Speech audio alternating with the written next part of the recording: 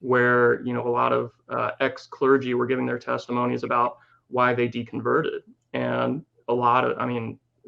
a huge number of ex-clergy referred back to their inability to deal with the problem of evil.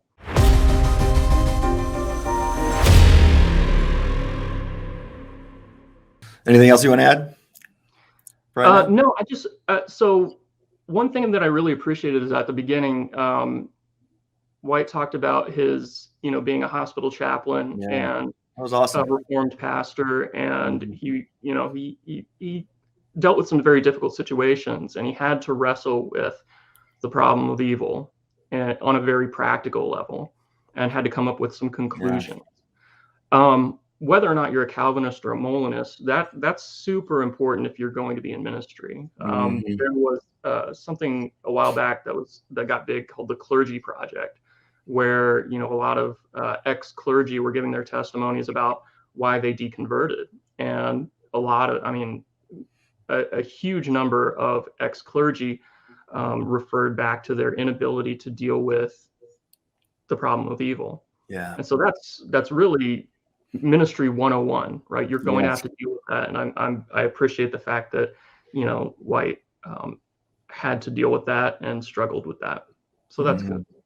And I have to agree. I mean, as many people know, I was in church ministry for a decade before I started doing FreeThinking Ministries and teaching. And I'll never forget having to do multiple funerals. And, as a Calvinist, I was really struggling because I'm a former Calvinist. I don't think Dr. White believes me when I say that, but I say, ask my wife. I was a cage stage Calvinist who was willing to even fight with my wife and sleep on the couch over it because she was an Arminian. If you want to read a sad but true but funny article on freethinkingministries.com, read an article I wrote about this called Molinism Saves Marriages. But I did find that it was really hard to answer the people who were suffering at these funerals. And I'll never forget, for the same family, I had to do 2 baby funerals in the same year. And I realized that Molinism had resources to comfort these people, to comfort these folks who were suffering, that Calvinism didn't. Now, that alone doesn't make it true. I do think Molinism's true, but it does provide support for the view.